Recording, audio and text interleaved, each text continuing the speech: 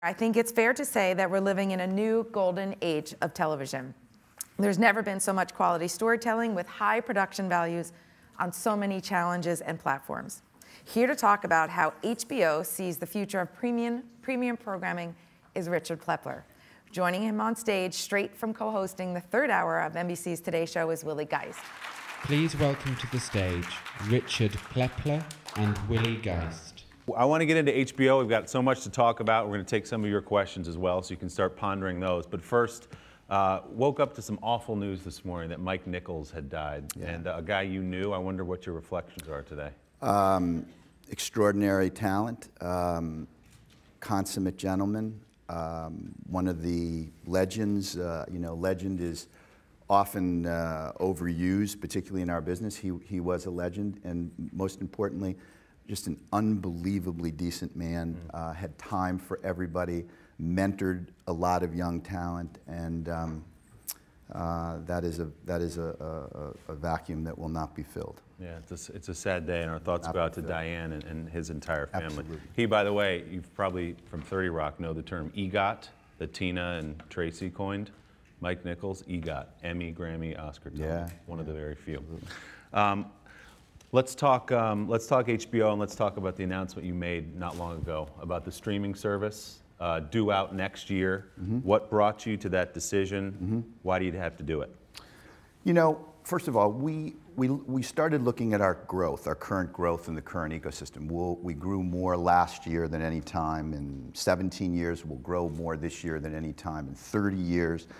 And it begged a couple very simple questions, which we posed to our research team and to Doug Schoen, who set out to do a lot of research for us. And we basically asked this question: how many undecided voters are there out there? How many people like the brand but perhaps don't know the full value of the brand? How many people out there, if they understood the full range and value, how many movies we have, the range of our programming, the optionality of HBO Go, would be likely persuadable subscribers? That number, very, very high. So the market is very exciting to us. It's a very, very big market out there. We think there's somewhere in the neighborhood of between 10 to 15 million homes who are accessible and persuadable. So we want to create as many options as we possibly can with our current partners and with potentially new digital partners to go out and get those homes, because the data is unequivocal. People want the brand. So, I say over and over again, this is not binary. Okay, this is not either you are locked in one ecosystem and can't go into another. You're locked in you're either direct to consumer or you're ossified and buried in the past. It's multilateral. We're going to have a big business with Comcast. We're going to have a big business with DirecTV and AT&T and Verizon and all of our current partners. And we're going to have a big business with new partners. There is no question in our minds about it. Okay, you've anticipated my next question, which is what some people have said is that, watch out, HBO, you're cannibalizing your cable business by stepping out and doing this. I just don't believe it's true. Look, let's unpack it. There's 10 million growing to somewhere in the neighborhood of 12, maybe 15 million broadband-only homes. Who controls the broadband pipes in the United States? Our distributors. So if you want a broadband-only product, that's the biggest low-hanging fruit there is out there with our partners. Let's go get it. And everybody I sit with in the MVPD world, I say, look, there's gold in the hills. Let's go get it together. Let's market our value to that potential consumer. It's your money too. I don't think it's cannibalistic at all. Have you fielded questions and concerns from those providers who say, wait a minute, you're driving people off TV? I've had discussions with everybody. I respectfully disagree with the notion that this is either or. I think it's additive. And I think the biggest point we make is, I think the data is unequivocal. Let's go get the business together. And if you look at our highest performing distributors, they agree that there's a tremendous amount of opportunity out there. And let's be honest, we help drive video in this business. We also help drive the other premium categories. So it's a win-win for the consumer, it's a win for HBO, and it's a win for our distributors. Now, I will say, if you're saying to us that we have to have one hand tied behind our back and we have no other options to go out and get new customers, then that I reject. We're going to use all means at our disposal to go out and to get potential new consumers who want HBO. I'm very excited about working with our partners to do that, and I think there's a big market out there and a big opportunity for them, and a big market and a big opportunity out there for us. Okay, with all that in mind, you're viewed as one of the wise men of the media business for good reason. So how are we watching shows, I won't say 5, 10 years from now? How is the average American watching his or her show? I think that, again, multilateral. I think people are going to, look, do people want to watch, in my opinion, do people want to watch, if they have their first choice, Game of Thrones on their iPad? They will if they're catching up, but would they prefer to watch it on a 50-inch flat screen? Who wouldn't prefer to watch it on a 50-inch flat screen? Look, let me add one more thing. We have, because this is often obscured in the discussion about paid television, and it's very, very important to punctuate. Movies, theatrical movies, 78% of viewing on HBO. 78% of viewing. 40% of our subscribers only watch movies. We have 4 Hollywood studios going out into the next decade. That is very, very important. And so while original programming obviously takes up an enormous amount of the cultural halo for HBO, don't forget the power of theatrical movies to drive our business. How do people mostly want to watch theatrical movies? At home on their 50-inch television set. So look, all this is going to evolve and change. My 11-year-old is agnostic about how she watches Dance Moms or how she watches YouTube or how she watches, for that matter, The Voice. She'll watch it on TV, she'll watch it on her iPad, she'll watch it on her phone. We're going to give our consumer an opportunity to watch all of our stuff when they want, where they want, and how they want. That's the evolution of HBO Go.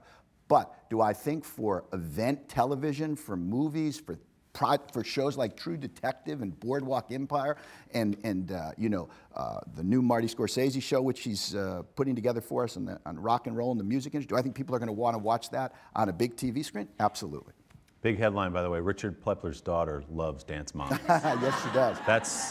That's your takeaway from this session, She is a I'm afraid. You know, I say part of our job is we're in the business of building attics. You know, we want to build as many attics as we can across a wide range of demographics. Some people are addicted to girls. Some people are addicted to Thrones. Some people are addicted to John Oliver, Bill Maher, Vice, our docus, our sports, our boxing. For us, we want attics and brand elevation across all those different demographics. My kid is a Dance Mom addict. That is absolutely. And there's nothing wrong with that. There's nothing wrong with that. Absolutely. So let's talk about how you've built and continue to build these addicts, and you've built this HBO brand, which, if you believe this is the golden age of television, which I think a lot of people do, HBO's been at the forefront of that. Steven Soderbergh once put it this way: HBO does good shit. He said it was very simple, and I thought that was the perfect distillation of its quality, it's smart. Is that what you drive for? Yeah, we drive for brand elevation. The question that my colleague Mike Lombardo, who's our most gifted president of programming, and I ask ourselves all the time with our teams, is this brand elevating? So nobody knows whether Game of Thrones is going to be Game of Thrones, or True Detective is going to be True Detective, or Boardwalk is going to be. All you know is Newsroom is going to be Newsroom. All you know is you're working with the best people. You have a shared vision about how you want to take this project forward. You have the best talent in the world in front of the camera and behind the camera, and you make that bet. And I think if you liberate talent to do their best work, because remember, we've talked about this before, the key metric for us is not how big a number it does. We love when we see Game of Thrones doing 19 million viewers and True Detective, which is the biggest freshman series in our history, as you saw on the screen, doing 13 million. That's all great. But that's not how we measure success. We measure success by asking ourselves, are we proud of it? Is it of the highest quality? And does it realize the artistic vision that the auteur set out to deliver? And if we answer yes to all those, it's a success. And that's the blessing, really, of our brand, because we are not selling advertising. We are not selling eyeballs to advertisers. We are selling a brand. And what the brand stands for is excellence, quality, and differentiation. So that's what we are trying to do. That's the implicit promise we are making to our subscriber. We are going to give you something different, and we are going to give you something special. If we deliver on that, we fulfill our end of the bargain. That's why I think, by the way, when you look at the research about how big the market is out there, here's what's exciting. We're so close to ourselves that we assumed everybody understood all the range and capacity of our brand. And I asked a very simple question at the beginning. Does everybody know all this? Does everybody know what HBO Go is? No. Does everybody know how many Hollywood studios we have? No. Does everybody understand the range of programming there? No. So we've actually relied way too much. This is our fault. We've relied way too much on our partners to market us. And they have other responsibilities and other points of focus, as they should. So next year we're going to launch our own brand campaign, and next year we're going to reach out into that consumer base and make sure that we do as good a job as we can creatively marketing the value, range, and opportunity that this brand presents for a consumer. I interviewed last week Aaron Sorkin. We were talking about the newsroom coming back for its last season, and I said, what's the HBO/Richard Plepler experience? And he said very quickly, it's the best experience I've ever had working in show business. It's not a Richard Plepler experience, but it is an HBO. Well, he said it was a Richard Plepler experience. You can take that up with Aaron. You probably don't want to do that. So I said, so what does that mean exactly? And he said it means that Richard hires people he likes and trusts trusts them to do the thing they do and gets out of the way. Look, I'm not being falsely modest. It's hardly just me. I mean, Mike Lombardo's the best programming head we've ever had. I've been at the company 22 years. He's in a class by himself. His team is in a class by itself. Sheila Nevins is a sui generis figure in the documentary world, as many of you know. Our sports guys, Carrie Anthalis, who does miniseries and has rebuilt or really fashioned new Cinemax programming from a standing start. It is an incredible team of talent at HBO. I think what Aaron, which is very good of him to say, is speaking about the HBO experience. By the way, it transcends just our programming talent and the development team that we have. It goes to our marketing team. It goes to our PR team. It goes to our talent relations team. And so when people come inside our house, they do have an experience, and they realize it's fun. You invoke Mike. Mike said to me a couple of years ago, how do you guys, do this? And I said, well, it's actually pretty simple. It's the realization that it's you, literally and metaphorically, not us, and manners, because it is all about the talent that comes to work with us. And Mike being the quintessential example of an artist who you want to, get inside the house and then liberate him to do his best work. Aaron, John Oliver, the Vice team. I think that's why people come out. Talent knows we love talent and we respect talent because talent is the secret sauce. We aren't writing and directing and starring in the shows. We're betting on the talent to make those visions real and to make those visions happen. And you can't fake the creative team at our place, the marketing team at our place. Nobody can fake how much you respect and want the best people inside the house. And I think that's an infectious dynamic that matters a great deal to our success. The word gets out and more talent wants to come your way. Absolutely. We've got about 10 minutes now for some Q&A, so if you put your hand up, we'll get a mic to you. If you could wait for the microphone. Let's just start and work our way up, down front, we'll get a mic. Hi there. I was just curious, how does standalone streaming come into play with your international expansion strategy? I'm sorry? How does standalone streaming, come into play with your international expansion strategy? So our international business is broken up really into three parts, right? We have our networks business in Latin America and Eastern Europe and in Asia. We have a licensing business, but that's in 60 countries. We have a licensing business in about 150 markets and territories around the world. And then we have a home of HBO business, which is essentially our product plus our brand name. So in England, it's with Sky, Sky B, with Sky Atlantic, Sky Deutschland, Sky Italia. We have a similar business in Australia with Foxtel and in Canada. So we're using our brand to help their brand to elevate their businesses. Where there is an opportunity, we're doing it a little bit in Nordic right now, where you can parallel process and have both a traditional business and an OTT business, we're going to do it. And where we have a very simple metric, right? Where's the money? And our whole philosophy is follow the money. And so if we can make more money with a licensing business, we're going to do a licensing business. If we can make more money with a home of HBO business, that's what we're going to do. With our network business, that's what we're going to do. We will have the optionality going forward of having an OTT business where we think that's either additive or replaces a current model. So again, I go to, what are we looking for? Maximum flexibility as we build our business out. Nothing is mutually exclusive. We'll take one from this side of the room. We'll kind of ping pong. Hi, Richard. Betty Cohen. As there are more entrants like Netflix and Amazon and others who are going after some of the same quality talent and quality stories that you are, how is that affecting either pricing, or do you have to be even more well-mannered since you're already known for being well-mannered?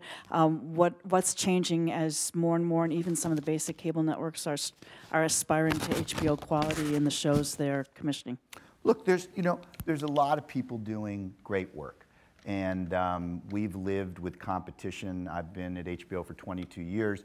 We've lived with competition certainly through my whole experience there. First it was the broadcast networks, then it was basic premium, and then basic cable, and now it's digital. Competition is nothing new for us. We want to play our game. We want to do what we do well. We want to make sure we're working with the people we want to work with. Are other people going to do good television? Of course they are. Do I think that people have the same advantage? We are amortizing the cost of our programming against 130 million global subscribers and growing, which obviously makes the cost per sub of our investment much cheaper. I think that's only going to grow as we build out our new standalone next year. I think there's different opportunities for us to continue to monetize our brand in licensing and in other ways. So we're going to invest all that money back in content. And while we're not always port of first call, we're port of first call a lot. So we get a very good first look at most of the best stuff. And I think that, it's obviously true that there's going to be a good show, on AMC, there's going to be a good show on FX, and Showtime's going to, not a zero-sum game. Other people are going to do good work. We're going to play our game. If we play our game the way we're capable of doing it, we are going to have more than our fair share of acclaim, talent, and profits. What's the one show you say, oh man? Look at Rich Greenfield over there dying to ask a question. What? So we're going to have to go to him. Better go to him. Leaping, while we get the mic. He's leaping out of his seat. What's the one show you go, oh man, I wish we had that one? I know there are a lot of them. Look, I'm an unabashed fan of Mad Men. I love the show. I think Matt is a gifted writer and producer, and I was a great fan of the show all through its incarnation. But we don't, honest to God, we don't spend time lamenting what we don't have or mistakes. We spend all of our energy and time focusing on what do we want to do now? Who's out there that we want to work with? We saw that John Oliver might be interested in doing something different, and Mike and I, did a full court press on John, and quite frankly, we said a very simple thing to him, which was, if ever we think there's a line DNA between your voice and what we do, it's this, and we want you to paint on our canvas however you want to paint, and stretch as much as you want, do what you want. We think you belong here. If you agree, let's do something. And thankfully for us, he agreed, and the result is, I think, one of the great voices in American television. He's killing it right now. Okay, let's go back to this side. Yes, sir. So, Richard, when you think about smaller, bundles are starting to get smaller, and HBO seems to be a key part of them. Verizon's now offering a broadband package where you can get HBO, Showtime, and Netflix, and that's awesome for HBO. I mean, you're becoming, not only do you create the best content, but you're being used in every way to drive both the video packages and broadband. But the other side of the story is that there's How do I know where he's going? There's the other side of the story. There's this whole world out there of basic cable networks. AMC, which had Mad Men that you just mentioned, other parts of your own company like the Turner networks, that live and breathe on having large distribution as well as getting you to watch advertising. And just wondering, in that world where your content is getting bigger, bolder, more content actually being created by HBO and Cinemax than ever before in its history, and others are starting to copy that model or trying to copy that model, maybe not as well, but certainly trying to. What happens to broadcast and basic television in the future, you know?